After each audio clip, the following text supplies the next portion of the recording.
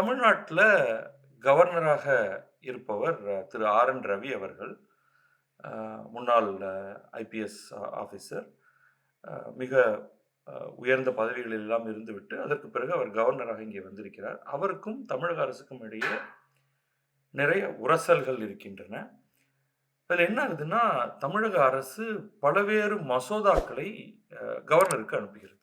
So, அந்த structure எப்படின்னா, அ அரசு ஒரு அ அ விவாதத்தை செய்து, விவாதம் என்பது சட்டமன்றத்தில் நடக்கும். அந்த விவாதத்தின் இறுதியில் ஒரு மசோதாவை அது தேர்வு செய்யும். எஸ், நோ, ஆம், இல்லை என்று அந்த சட்டமன்றம் முடிவு செய்து, அதனை கவர்னருக்கு அனுப்புவார்கள். ஆளுநர் அதற்கு அதை ஆமோதிக்க வேண்டும், அதை ஏற்றுக்கொள்ள வேண்டும் அல்லது மறுக்க வேண்டும். சொல்றதா இருந்தால் அவருக்கு வந்து இது பின்னாடி நம்ம அத பத்தி பேசுவோம். 3 வாய்ப்புகள் இருக்கின்றன. ஒன்று வந்து அதை மீண்டும் சட்டமன்றத்துக்கே அனுப்புவது சில கமெண்ட்ஸோட. நீங்க இந்த சட்டத்த சட்டமாக ஆக்க முனைகிறீர்கள் இந்த மசோதாவை.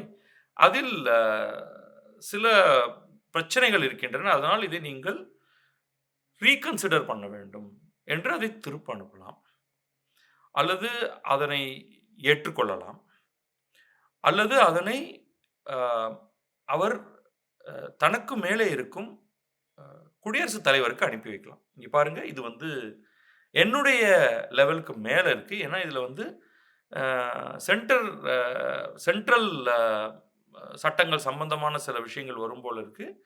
அதற்கு என்னால வந்து அதுக்கு ஒண்ணும் பண்ண முடியாது. அதனால நீங்க நீங்க பாருங்க அப்படின்னு சொல்லி அவர் பிரசிடென்ட்க்கு அனுப்பி வைக்கலாம். இந்த 3ல ஏதோ ஒண்ணு பண்ணலாம். இதை அவர் சட்டமன்றத்துக்கு அனுப்பி வைத்தால், சட்டமன்றம் அவருக்கு மறுபடியும் அ இல்ல நாங்க வந்து ஒண்ணும் செய்ய போறதில்ல அப்படின்னு அனுப்பி வைக்கலாம். ஸோ இதுல இந்த ப்ராசஸ்ல 2வது முறை அனுப்பினால் அவர் அதை ஏற்றுக்கொள்ள வேண்டும். ஓகே. அல்லது மீண்டும் அவர் அதை பிரசிடென்ட்க்கு அனுப்பலாம். ஓகே. இதுதான் வந்து ஸ்ட்ரக்சர். இதுலயும் வந்து மணி பில்னு சொல்லுவோம். அதாவது எதற்கு எவ்வளவு செலவழிப்பது போன்ற அந்த நிதித்துறை சம்பந்தமானவற்றை அவர் இப்படியெல்லாம் செய்யவே முடியாது. அவர் அதுக்கு வந்து வெறும் ஸ்டாம்ப் குடுக்க வேண்டியது மட்டும் தான். அக்செப்ட் மட்டும் தான் பண்ண முடியும். ஓகே. அதில என்ன ஆச்சுன்னா, பல மசோதாக்கள் ஆளுநர் ரவியிடம் தேங்கி இருந்தன. அவர் அதில் எந்த ஒரு முடிவையுமே செய்யவில்லை. இந்த 3லயும் எதையுமே செய்யல. திருப்பி அனுப்பல, ஏற்றுக்கொள்ளல, பிரசிடென்ட்க்கும் அனுப்பி வைக்கல. அவர் காலம் தாழ்த்திக் கொண்டிருந்தார். இதை ஏற்றுக்கொள்ள மறுத்த தமிழக அரசு நேராக உச்சநீதிமன்றம் போனது. உச்சநீதிமன்றத்தில அ நீதிபதிகள் பர்திவாலா, மகாதேவன் அமர்வு. அந்த பர்திவாலா, மகாதேவன் அமர்வு இந்த வழக்கை எடுத்து விசாரிக்கும் பொழுது அவர்கள் என்ன சொன்னார்கள் என்றால், ஒரு ஆளுநர் இஷ்டத்துக்கு காலம் தாழ்த்த முடியாது. இவ்வளவு மாதம் ஆயிருச்சு. அவர் வந்து ஒரு பதிலும் சொல்லாம இருக்காரு என்று அவர்கள் ஒரு அதிரடி முடிவை எடுத்தார்கள். அவர் என்ன அதிரடி முடிவு எடுத்தார்கள் என்றால், இவ்வளவு நாள் நீங்கள் காலம் தாழ்த்தியதால், இதை இந்த மசோதாக்கள் எல்லாம் ஆளுநரால் ஏற்றுக்கொள்ளப்பட்டதாக அறிவிக்கப்பட்டுவிடும். டீம்டு அக்செப்டட் அப்படின்னு சொல்லி, நீங்கள் அ கா ஒரு குறிப்பிட்ட கால வரையறைக்குள் உங்கள் முடிவை எடுக்க வேண்டும். நீங்க என்ன முடிவு வேணாலும் எடுத்துங்க. என்ன முடிவு இல்ல, 3 முடிவு தான். அத நம்ம ஏற்கனவே பார்த்தோம். இந்த முடிவுல ஏதோ ஒன்றை எடுத்துக் கொள்ளுங்கள். ஆனால் ஒரு முடிவை நீங்கள் எடுக்க வேண்டும் அப்படின்னு அவங்க ஒரு அதிரடி தீர்ப்ப குடுத்துட்டாங்க. இது வந்து ஒரு மிகப்பெரிய அ ஒரு அதிர்வலையை இந்திய அளவிலேயே ஏற்படுத்தியது. இதுதான் வந்து பின்னணி. உடனே இதை வந்து அ மத்திய அரசு இத வேற தளத்துக்கு எடுத்துட்டு போயிருச்சு. அப்ப என்ன பண்ணிட்டாங்கன்னா, ஒரு பிரசிடென்ஷியல் அ ரெஃபரன்ஸ் அப்படின்னு சொல்லுவோம். இந்த பிரசிடென்ஷியல் ரெஃபரன்ஸ் அப்படிங்கிறது என்ன அப்படின்னா, ஆ பிரசிடென்ட் நம்முடைய குடியரசுத் தலைவர் திரௌபதி முர்மு சுப்ரீம் கோர்ட்க்கு ஒரு 14 கேள்விகளை அனுப்பினாங்க. 14 கேள்விகள் அ பிரசிடென்ட்டிடமிருந்து கான்ஸ்டிடியூஷனல் பிரச்சனைகள் இந்த வழக்கின் தீர்ப்பினால், பர்திவாலா, மகாதேவன் தீர்ப்பினால வருது. அப்ப நீங்க இந்த 14 கேள்விகளுக்கும் பதில் சொல்லுங்கள். அப்படின்னு அவங்க வந்து மே மாதம் மே 2025ல அவங்க வந்து ஒரு அ ஒரு விரிவான அந்த கேள்விகள் அடங்கிய ஒரு அறிக்கை ஒண்ணு குடுத்துட்டாங்க. உடனடியாக இந்த அ உச்சநீதிமன்றம் 5 நீதிபதிகள் அடங்கிய ஒரு அரசியலமைப்பு சட்ட அமர்வை ஏற்படுத்தியது. அதன் தலைவராக சீஃப் ஜஸ்டிஸ் பி.ஆர். கவாய்.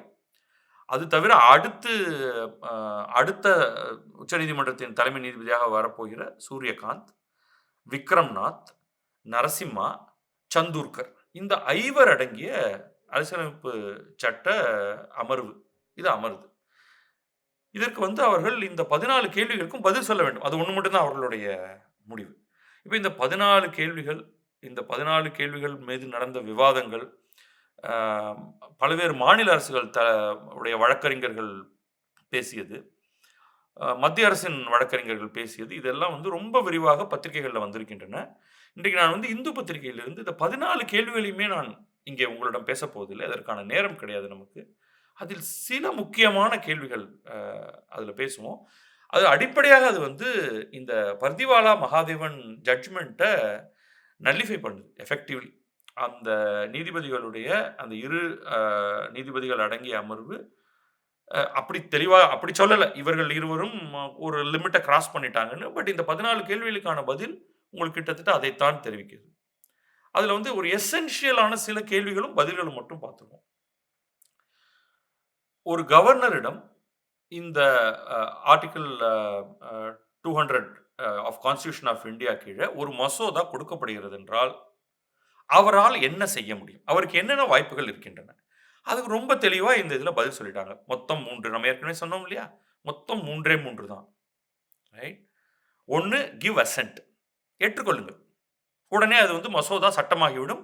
கெசெட்ல அத பதிப்பிச்சுட்டு அடுத்த செயல்பாடுகள்ல இறங்கி விடலாம். 2வது வித்ஹோல்ட் அசென்ட். அனுமதி கொடுக்காதீர்கள். மறுபடியும் அதை லெஜிஸ்லேச்சருக்கு அனுப்புங்கள். லெஜிஸ்லேச்சர் அசெம்பிளி, சட்டமன்றத்துக்கு திரும்ப அனுப்புங்கள் வித் கமெண்ட்ஸ். சும்மா எனக்கு இது பிடிக்கல அப்படின்லாம் இல்ல. இந்த காரணங்களால் இந்த மசோதாவை நான் ஏற்றுக்கொள்ள மறுக்கிறேன். அதனால் அதை சட்டமன்றத்துக்கு திரும்ப அனுப்புகிறேன் என்று அனுப்புங்கள். 3வது reserve the bill for president's consideration. என்னன்னா, அப்பா இத நான் ஒரு ஆளுநராக நான் இதில் எந்த கருத்தையும் சொல்ல முடியாது. இதில் சில தீவிரமான சட்ட பிரச்சனைகள் இருக்கின்றன. இதை குடியரசுத் தலைவர் பார்த்துக் கொள்ளட்டும் அப்படின்னு அவருக்கு அனுப்பிடுங்க. இப்ப அவர் அதற்கு மேல அவர் என்ன செய்றாருங்கிறது அது சட்டத்துல ரொம்ப தெளிவாக இருக்கு. பிரசிடென்ட் என்ன செய்வாருங்கிறது அவர்ட்ட போகட்டும். முடிஞ்சிருச்சு. ஓகே. அப்ப அடுத்த கேள்வி வருது. 2வது கேள்வி. சரி, இந்த 3 ஆப்ஷன் தான் இருக்கு. இதை தவிர 4வதாக ஒன்றும் கிடையாது என்பதை 5 அடங்கிய அரசியலமைப்பு சட்ட அமர்வு தெளிவா சொல்லிருச்சு. இல்லையா? இப்ப அடுத்து என்ன? இந்த 3 ஆப்ஷன்ல is he bound by the advice of the council of ministers. அதாவது மாநில அரசு இருக்கிறது. மாநில அரசுக்கு முதல்வர் இருக்கிறார். முதல்வருடன் சேர்ந்து ஒரு அமைச்சர் குழு இருக்கிறது. மந்திரி சபை இருக்கிறது. அவர்கள் என்ன வேண்டும் என்று நினைக்கிறார்களோ அதைத்தான் ஒரு ஆளுநர் செய்ய வேண்டுமா? இதுதான் 2வது கேள்வி. ஏன்னா அவர்கள் மசோதாவை அனுப்பியிருக்கிறதே அது ஒரு ரப்பர் ஸ்டாம்ப் போடுங்கய்யா அப்படின்னு சொல்றதுக்காக தான். அவர்கள் சொல்வதைத்தான் இவர் ஏற்றுக்கொள்ள வேண்டுமா என்பது 2வது கேள்வி. இது ரொம்ப தெளிவான பியூட்டிஃபுல்லான கேள்வி நம்ம பிரசிடென்ட் குடுக்குறாங்க. ஏன்னா இதுக்கு மேல இதுல குழப்பம் வரக்கூடாதுன்ட்டு. நம்ம 5 நீதிபதிகள் அடங்கிய குழு அது ரொம்ப தெளிவா இருந்துச்சு.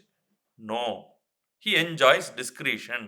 அவர் ஆளுநர் என்பவர் யார் அந்த கவுன்சில் ஆஃப் மினிஸ்டர்ஸ் என்ன சொல்றாங்களோ அதை பற்றி அவர் கவலைப்பட தேவையில்லை. அவருக்கு டிஸ்கிரிஷன் இருக்கு. ஆனா அவருக்கு இந்த 3 ஆப்ஷன் தான் இருக்கு. இந்த 3 ஆப்ஷனில் எதை எடுத்துக்கொள்வது, எதை செய்வது என்பதை அவர் தன்னிச்சையாக முடிவு செய்யலாம். முதல்வர், அமைச்சர் குழு அவர்களுடைய விருப்பம் என்னவோ அதை அவர் செய்ய வேண்டும் என்று அவசியம் இல்லை. ஆர்டிகிள் 200 அரசியலமைப்பு சட்டம் மிக தெளிவாக இதை சொல்லிவிடுகிறது. முடிஞ்சு போயிருச்சு. இப்ப நீங்க ஆர்.என். ரவிட்ட போய் தமிழக அரசு உதாரணத்துக்கு தமிழக கவுன்சில் ஆஃப் மினிஸ்டர்ஸ் இதுதான் மக்களின் விருப்பம். மக்களின் விருப்பத்தை தான் நாங்கள் செய்கிறோம். எனவே நீங்கள் இதற்கு அசென்ட் அனுமதி கொடுக்க வேண்டும் என்று கேட்க முடியாது. அவர் அனுமதி கொடுக்கலாம். அனுமதி மறுத்து மீண்டும் அந்த மசோதாவை சட்டமன்றத்துக்கு அனுப்பலாம் அல்லது அதை பிரசிடென்ட்க்கு அனுப்பலாம். இந்த 3ல் அவர் எதை வேண்டுமானாலும் செய்யலாம். யாரும் அவரை கட்டுப்படுத்த முடியாது. அடுத்தது 3வது கேள்வி. இது ரொம்ப ரொம்ப முக்கியமான கேள்வி. சரி, ஒரு மசோதா அ ஆளுநரிடம் வருகிறது. ஆளுநர் அதில் எந்த முடிவையும் எடுப்பதற்கு முன்னால், நீங்கள் நீதிமன்றத்துக்கு போக முடியுமா? நீதிமன்றத்துக்கு போயி, ஆளுநரை இந்த வழியில் இதற்கு அனுமதி கொடுக்குமாறு நீங்கள் கோர்ட்டை நிர்பந்திக்க முடியுமா? தெளிவான பதில். முடியாது. ஒரு சட்ட முன்வரைவு சட்டமாக ஆகும் வரை நீதிமன்றம் அதில் தலையிட முடியாது. சட்டமாக ஆனால்தான் நீதிமன்றம் அதில் தலையிடவே முடியும். The discharge of the governor's function under Article 200 is not justiciable. கோர்ட்டுக்கே நீங்க எடுத்துட்டு வர முடியாது. Court cannot enter into the merits of the decision so taken. அவ்வளவுதான், முடிஞ்சிருச்சு. ஓகே. ஆனா வேற ஒரு இடத்துல அதுக்கு உடனேயே கூட என்ன சொல்றாங்கன்னா, நீங்க அதிகபட்சமாக என்ன முடிவை எடுங்கள் என்று சொல்ல முடியாதே தவிர, ரொம்ப காலதாமதம் ஆயிருச்சு. வருடக்கணக்காயிருச்சு. அப்படின்னா நீங்க என்ன பண்ணலாம் அப்படின்னா, கோர்ட்டுக்கு போகலாம். கோர்ட்டும் அத லிமிட்டட் மண்டாமஸ் அப்படின்னு சொல்றாங்க. ஒரு ஒரு குறுகிய இதுல ஒரு டைரக்ஷன் கொடுக்க முடியும். கவர்னரே, ஆர்டிகிள் 200 கீழ் இதற்கு ஒரு முடிவை நீங்கள் எடுங்கள். என்ன முடிவை வேணாலும் எடுங்க. ஆனால் இவ்வளவு காலதாமதம் செய்யாதீர்கள். ஒரு முடிவை எடுங்கள் என்று அவரை கேட்கலாம். Without making any observation on the merits of the exercise of his discretion. நீங்கள் செய்தது தவறு, நீங்கள் இவ்வளவு காலதாமதம் செய்துள்ளீர்கள் அப்படிலாம் அவர் மேல கமெண்ட் கூட வைக்க முடியாது. நேரம் கடந்து விட்டது, தயவு செய்து முடிவை எடுங்கள் என்று கேட்கலாம். அவ்வளவுதான் கோர்ட்னால செய்ய முடியும். இதை ரொம்ப தெளிவாக 3வதுக்கான பதில் வந்துருச்சு. இந்த 3 கேள்விகளுக்கான பதிலுமே முழுவதுமாக கவர்னருடைய உரிமை என்னவாக இருக்கும் அப்படின்னு வருது. எக்ஸப்ட் தட் கடைசியா பார்த்ததுல ஒரு லிமிட்டட் மண்டாமஸ், ஒரு நேரோவா கோர்ட் வந்து இந்த மெரிட்ஸ் எல்லாம் பத்தி டிஸ்கஸ் பண்ணாம முடிவு எடுங்கள் என்று சொல்லலாம் அப்படின்னு சொல்லியிருக்காங்க. அதை 4வது கேள்விக்கு இன்னும் தெளிவாக பதில் சொல்றாங்க. இதுல என்னன்னா, ஆர்டிகல் 361 ஆஃப் த கான்ஸ்டிடியூஷன், அந்த கேள்வி நம்முடைய குடியரசுத் தலைவர் முர்மு அவர்கள் எழுப்பியிருக்கிற கேள்வி என்ன கேட்குதுன்னா, is article 361 of the constitution of India an absolute bar to judicial review in relation to the actions of a governor under article 200 of the constitution of India. So article 200 என்ன சொல்லுது? கவர்னர் என்ன மாதிரி மசோதாக்களின் மீது என்ன மாதிரியான முடிவெடுக்க வேண்டும். Article 361 என்ன சொல்லுதுன்னா, ஒரு கவர்னருடைய எந்த செயல்பாட்டின் மீதும் கோர்ட்டுக்கு போக முடியாது. அதாவது கவர்னர், பிரசிடென்ட் போன்றவர்கள் கோர்ட்டுடைய நீதிமன்றம், உச்ச நீதிமன்றம் வரைக்கும் நீங்க எடுத்துக்கொள்ளுங்கள், அதற்கு ஒரு விதத்தில் வெளியில் இருப்பவர்கள், அப்பாற்பட்டவர்கள். நீங்க அவருடைய டிசிஷனை நீங்க கேள்வி கேட்க முடியாது அப்படிங்கிறது ஒரு பாயிண்ட்டை நீதிபதிகளிடம் ஒரு முன்வைக்கிறாங்க முர்மு அவர்கள். அப்போ அதுக்கு வந்து என்ன மாதிரியான பதில்னா, இந்த பதிலை வந்து 3வது கேள்விக்கான பதிலை கொஞ்சம் விளக்குவதற்காக சொல்றாங்க அந்த அரசியலமைப்பு அமர்வுல. Article 361 of the Constitution is an absolute bar on judicial review in relation to personally subjecting the governor to judicial proceedings. தனிப்பட்ட முறையில் ஒரு ஆளுநர் மீது ஒரு வழக்கு தொடுக்க முடியாது. அதுதான் ஆர்டிகல் 361 சொல்லுது. ஆனா ஆர்டிகல் 200 கீழ் ரொம்ப காலதாமதம் செய்தால் மசோதாக்களின் மீது முடிவெடுக்க ஒரு ஒரு குறுகிய ஒரு சின்ன ஓப்பனிங் மட்டும்தான் இருக்கு. Limited scope of judicial review அப்படின்னு சொல்லிட்டு, அது ஏற்கனவே அவங்க முதல் பாயிண்ட்லயே சொல்லியிருந்தாங்க. அதே சமயம் கவர்னருக்கு ஒரு பர்சனல் இம்யூனிட்டி இருக்கு. அந்த தனிநபர், அவர் ஒரு ஆபீஸ், அவர் மீது constitutional office of the governor இருக்கு இல்லையா, கவர்னர் இப்படி நடந்து கொண்டார், அப்படி நடந்து கொண்டார் என்று அவர் மீது கோர்ட்டில் வழக்கு தொடுக்க முடியாது. கோர்ட் அதை என்டர்டெயினே பண்ணாது. பட் ஆனா என்ன பண்றாங்கன்னா, ஸ்லைட்டா ஓப்பன் பண்றாங்க. இது ஓப்பன்ங்கிறத விட ஒரு கிளாரிஃபிகேஷன் குடுக்குறாங்க. ஆர்டிகிள் 200 கீழ் மசோதாக்களின் மீது முடிவெடுக்கும் பொழுது, ரொம்ப காலதாமதமானால் ஒரு கோர்ட் ரொம்ப காலதாமதம் ஆயிருக்கிறது. அதை இதற்கு மேல் காலம் தாழ்த்தாமல் உங்களுக்கு கொடுக்கப்பட்டிருக்கும் 3ல் 1 இப்ப ரொம்ப காலதாமதம்னா என்ன? அப்படிங்கிற ஒரு கேள்வி வருது. அந்த கேள்விக்கு பதில் எதுவும் இல்லை. அது அடுத்த கேள்வியில வரப்போகுது. சரி. இந்த அப்சன்ஸ் ஆஃப் அதுதான் அடுத்த கேள்வி. முர்மு முன்வைப்பது. இத எவ்வளோ பியூட்டிஃபுல்லா அவங்க யோசிச்சு கேள்வி வச்சிருக்காங்க. அந்த கேள்விகளுக்கான பதில் எப்படி வருதுன்னு பாருங்க. இந்த absence of a constitutionally prescribed time limit. நம்முடைய அரசியலமைப்பு சட்டத்திலேயே காலதாமதம்னு ஒண்ண பத்தியுமே பேசவே இல்ல. 3 மாதத்துக்குள் ஆளுநர் முடிவெடுக்க வேண்டும். 6 மாதத்துக்குள் முடிவெடுக்க வேண்டும். அப்படிலாம் ஒண்ணுமே கிடையாது. சோ அத எடுத்து வைக்கிறாங்க Murmu. In the absence of a constitutionally prescribed time limit, and the manner of exercise of powers by the governor, can timelines be imposed? எப்பா, காலதாமதம் காலதாமதம்னு சொல்லிட்டு இருக்கீங்க. காலதாமதம்னு ஒரு வார்த்தையே இல்ல இதுல. அவர் தாமதிக்காமல் செய்ய வேண்டும்னு இல்ல. இத்தனை மாதத்துக்குள் செய்ய வேண்டும்னு இல்ல. இப்படித்தான் பதில் சொல்ல வேண்டும்னு இல்ல. ஆனா நீங்க டைம் லைன ஒரு கோர்ட்டாக இம்போஸ் பண்ண முடியுமா? அப்படின்னு தூக்கி அடுத்த பாயிண்ட்ட தூக்கி முன்வைக்கிறாங்க. Can timelines be imposed and the manner of exercise be prescribed through judicial orders for the exercise of all powers under Article 200? அரசியலமைப்பு சட்டத்தில் இல்ல. அரசியலமைப்பு சட்டத்தில் இல்லாத ஒன்றை நீங்கள் நீதிமன்றமாக நீங்கள் எப்படி திணிப்பீர்கள்? அவ்வளவுதான். அடுத்ததுக்கு பதில் ரொம்ப தெளிவா வந்துருச்சு. In the absence of constitutionally prescribed time limit and the manner of exercise of power by the governor, it would not be appropriate for this court. உச்ச நீதிமன்றத்தாலேயே it would not be appropriate to judicially prescribe timelines for the exercise of powers under Article 200. அதாவது நீங்க அரசியலமைப்பு சட்டத்திலே இல்லாத ஒன்றை உச்சநீதிமன்றம் தன்னிச்சையாக கொண்டு வர முடியாது. ஆனா அவங்களே ஒத்துக்கிறாங்க. ஆனால் அதே சமயம் எங்களுக்கு லிமிட்டட் மண்டாமஸ் நாங்க வந்து ரொம்ப காலதாமதம் ஆகிவிட்டது என்றால் தயவு செய்து ஒரு முடிவை எடுங்கள் என்று சொல்லுவோம் அப்படிங்கிறாங்க. இந்த இடம் மட்டும் கொஞ்சம் குழப்பம் இருக்கிறது அப்படிங்கிறத சொல்லி வச்சிருவோம். ஏன்னா இந்த காலத்துக்குள் நீங்கள் உங்களுடைய தீர்ப்பை கொடுக்க வேண்டும்னு கவர்னரை கட்டுப்படுத்த முடியாது. ஏனால் அரசியலமைப்பு சட்டத்துக்கு அதில் இடமில்லை. அடுத்த கேள்வி வருது. Is the exercise of constitutional discretion by the President under Article 201 of the Constitution of India justiciable? Article 200 கவர்னருக்கானது. ஆர்டிகிள் 201 பிரசிடென்ட்டுக்கானது. அடுத்த கேள்வி அங்க வைக்கிறாங்க. சரிங்க. நான் என்ன செய்ய வேண்டும்? ஒரு குடியரசுத் தலைவர் என்ன செய்ய வேண்டும் என்று அரசியலமைப்பு சட்டம் 201 சொல்லி இருக்கிறது அல்லவா? அதை பற்றி உங்களிடம் வழக்கை எடுத்து கொண்டு வர முடியுமா யாராவது?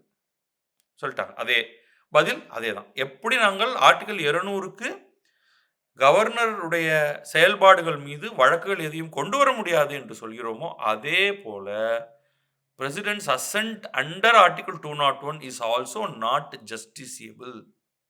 நீங்கள் முடிவெடுக்கும் அந்த ப்ராசஸை எங்களிடம் கொண்டு வர முடியாது. அதே கேள்வி அடுத்து.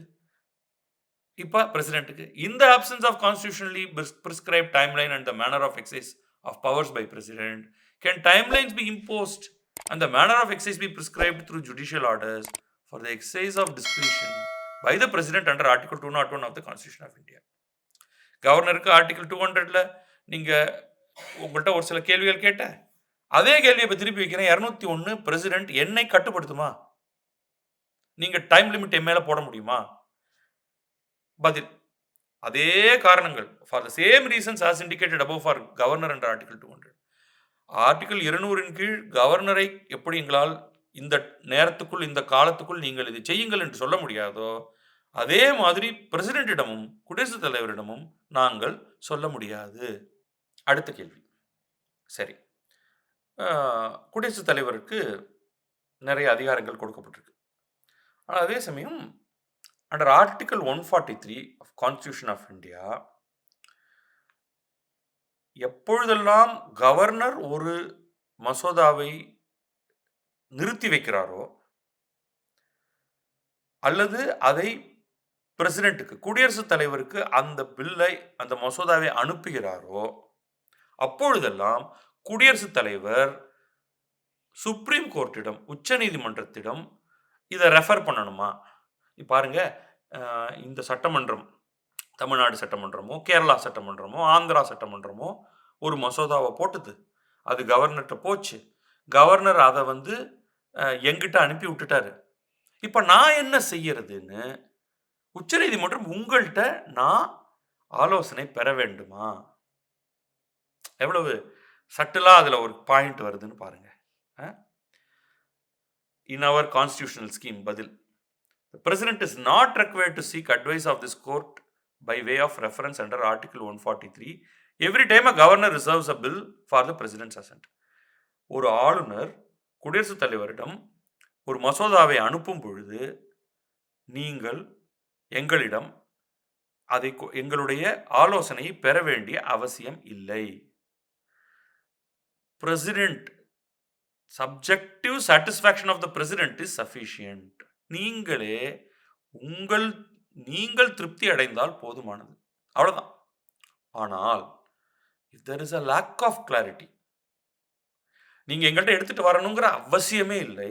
ஆனால் உங்களுக்கு ஒருவேளை குழப்பங்கள் இருந்தால் அதுல இருக்கக்கூடிய, ஏன்னா இது சட்டம், ஒரு சட்ட முன்வரைவு உங்க வரைக்கும் வருது, அதில் ஏதேனும் சிக்கல் இருக்கும், பிரச்சனை இருக்கிறது, உங்களுக்கு புரியவில்லை, ஏன்னா இதை சட்டமானதுக்கு பிறகு திருப்பி கோர்ட்டுக்கிட்ட நிற்க போகுது என்று நீங்கள் நினைத்தீர்கள் என்றால், நீங்கள் விரும்பினால் நீங்கள் அந்த மசோதா பற்றி ஆர்டிகல் 143 கீழ் எங்களிடம், எங்கள்னா சுப்ரீம் கோர்ட், எங்களிடம் இதை பற்றி நீங்கள் ஆலோசனை பெறலாம்.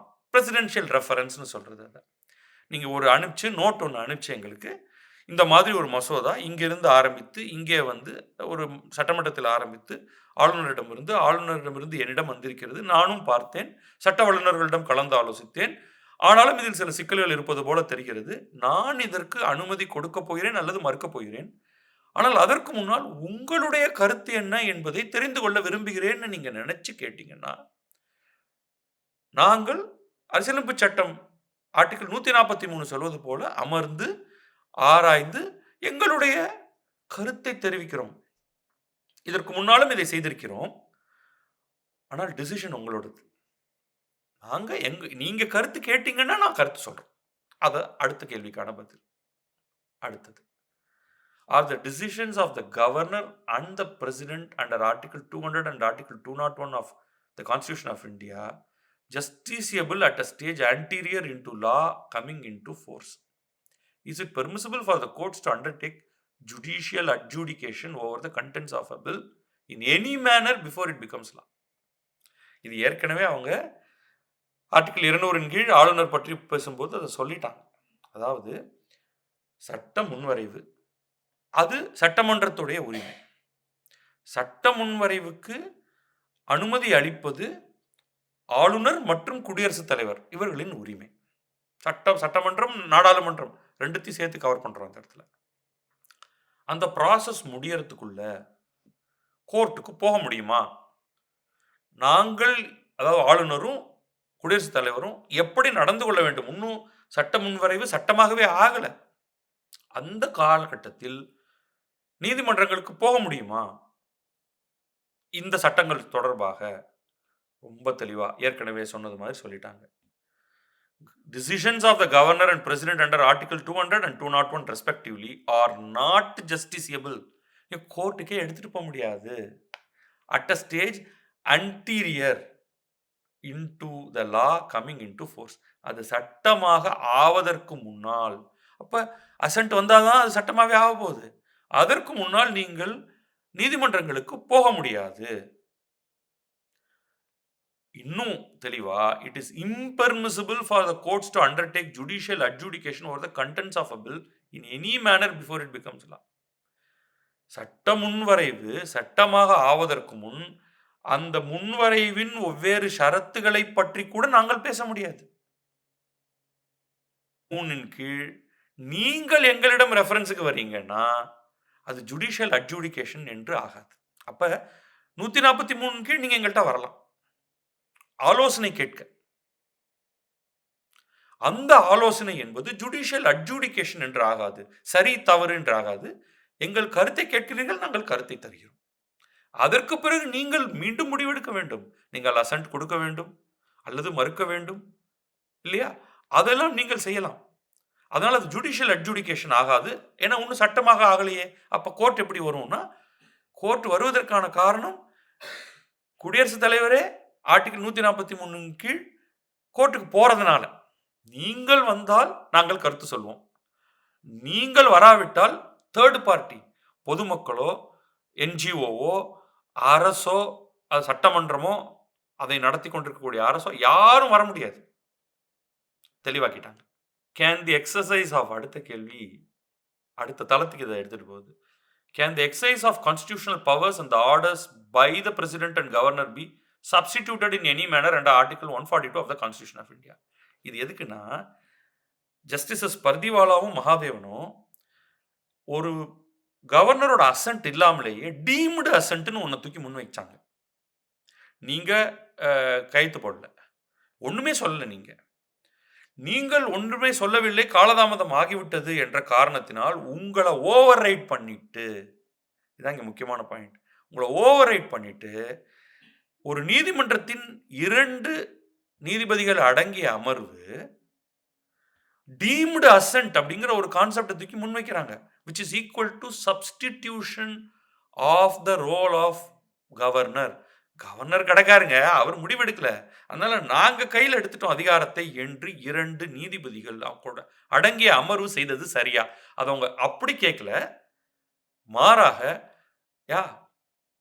ஆர்டிகிள் ரொம்ப தெளிவாக சொல்லியிருக்கு கவர்னர் வேணும் என்று.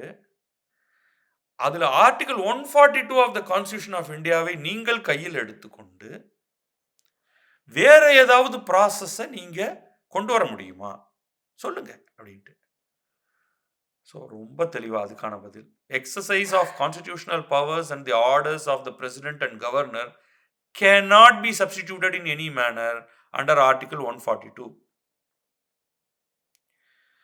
We hereby clarify that the Constitution, specifically Article 142, does not allow for the concept of deemed assent. ஒரே அடியில் இதை பிரசிடென்ட் கேட்கல. டீம்டு அசென்ட்ங்கிற கேள்வி வார்த்தை அவர்களுடைய கேள்வியில் இல்லை.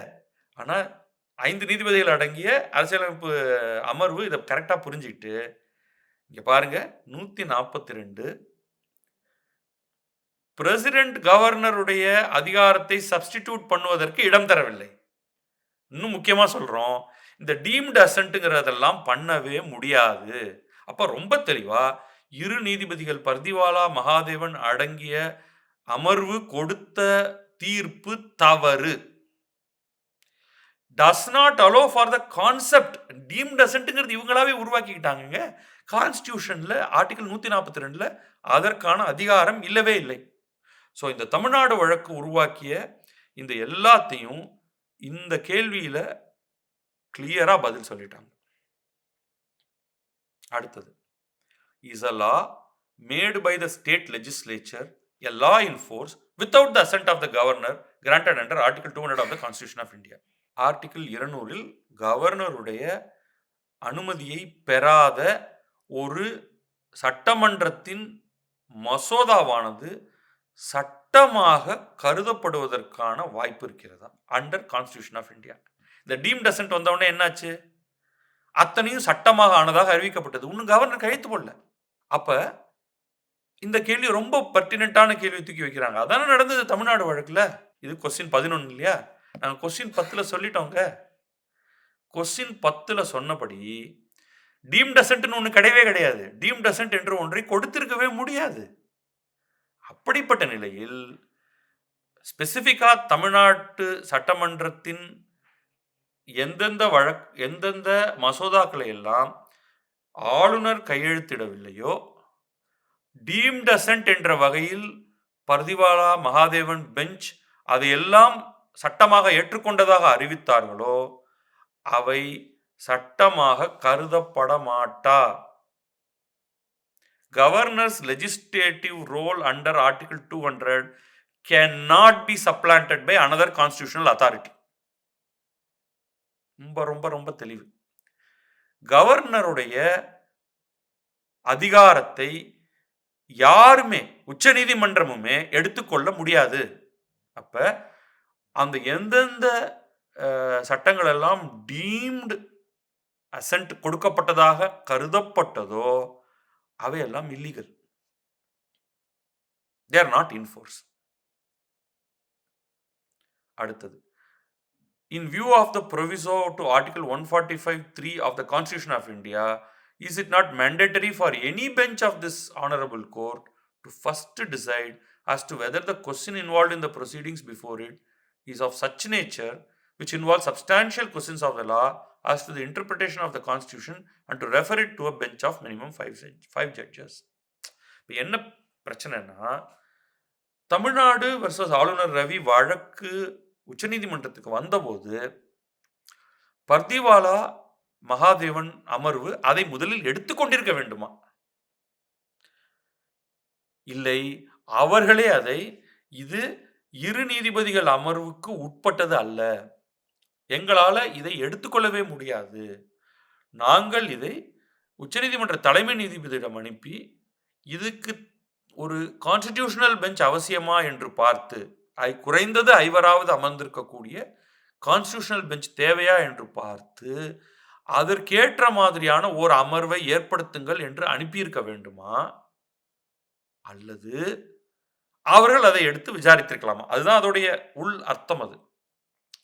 அதற்கு அவர்கள் இந்த அரசியலமைப்பு சட்ட அமர்வுடைய பதில், we have already indicated in our opinion that question 12 relating to Article 145(3) and the composition of the benches, that here cases of constitutional importance is irrelevant to the functional nature of this reference and is returned unanswered.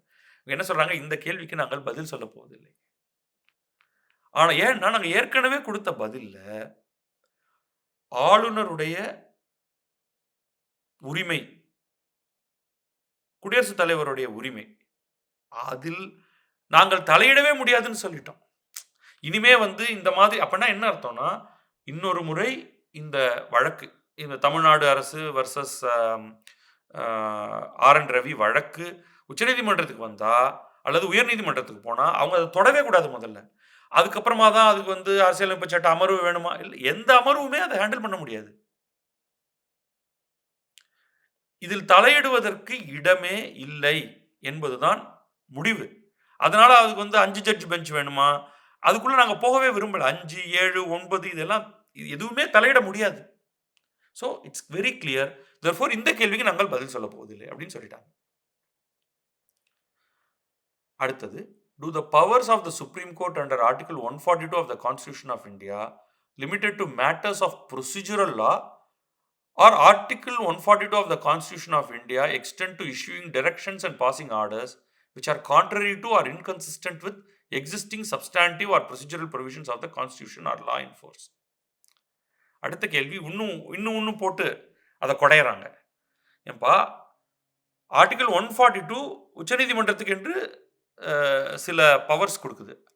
அது ஏற்கனவே இருக்கும் சட்டங்கள், அந்த சட்டங்களின் அது எப்படி நடைமுறையில் இருக்கிறது என்பது தொடர்பான உங்களுடைய அதன் மேலான உரிமைகள். ஏன்னா நீங்க இந்த வழக்கு இப்படி, இந்த சட்டம் இப்படி இருக்கு, இதுல இந்த போர்ஷன் எல்லாம் சரியில்லை என்று உங்களுடைய உரிமைகளை நீங்கள் அதில் கொண்டு வரலாமா? அல்லது அந்த 142ல் சொல்வதற்கு மேற்பட்ட பல விஷயங்களை எல்லாம் நீங்கள் ஆர்டிகல் 142 கீழே எடுக்க முடியுமா? அதுக்கு அவங்க பதில் சொல்லிட்டாங்க.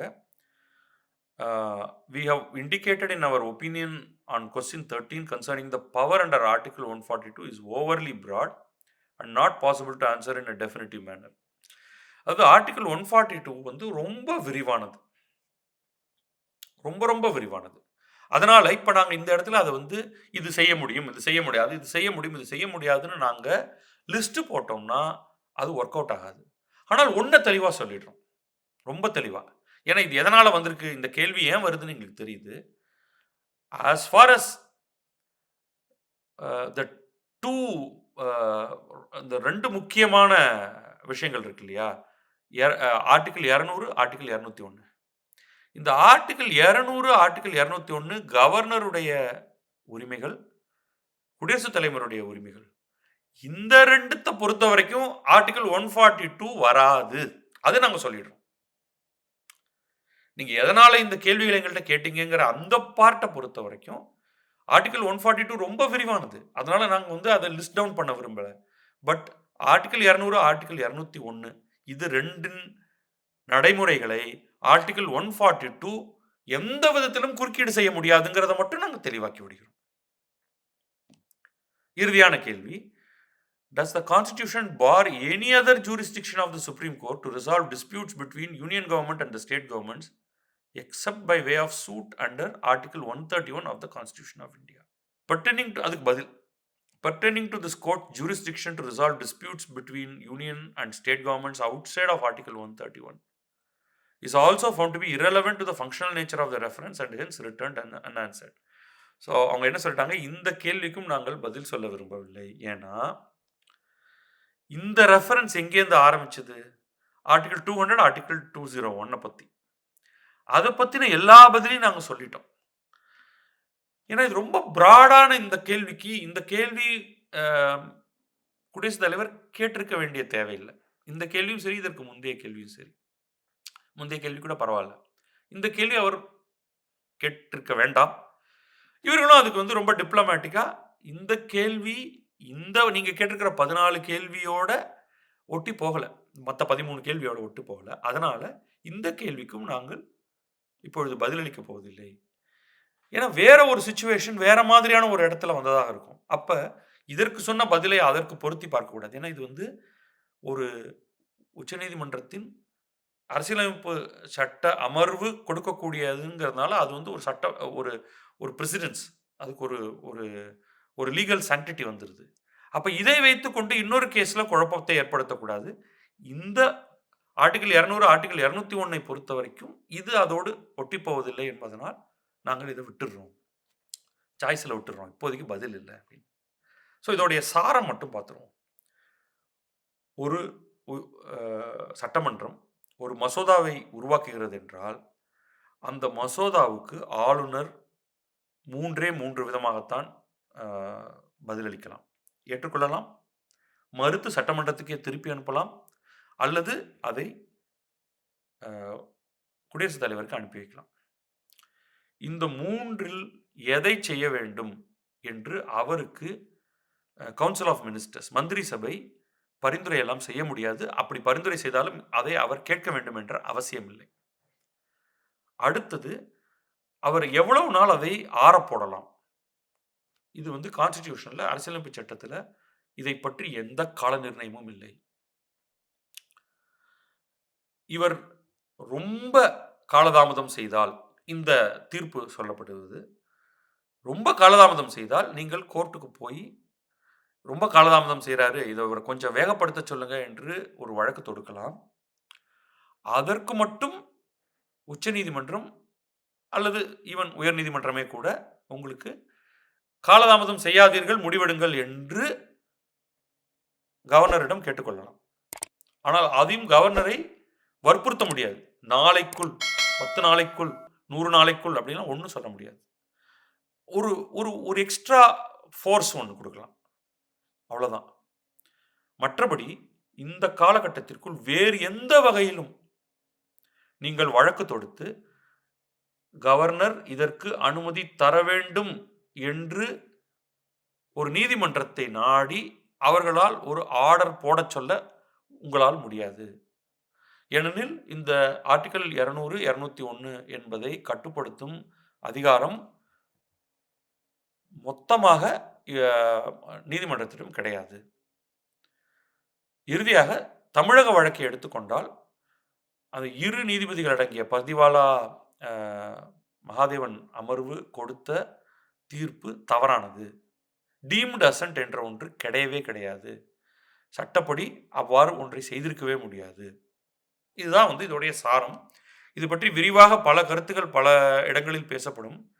அது ரொம்ப முக்கியமான ஒரு வழக்காகவும் மிக முக்கியமான ஒரு தீர்ப்பாகவும் இதை பார்க்கிறேன். இது வந்து கவர்னருடைய அரசியலமைப்பு சட்டம் சொல்லியிருக்கக்கூடிய கவர்னருடைய உரிமைகளையும், குடியரசுத் தலைவருடைய உரிமைகளையும் மிக தெளிவாக நிலைநாட்டக்கூடிய அரசியலமைப்பு சட்ட அமர்வின் ஒரு தீர்ப்பாக இதை நாம் பார்க்க வேண்டும்.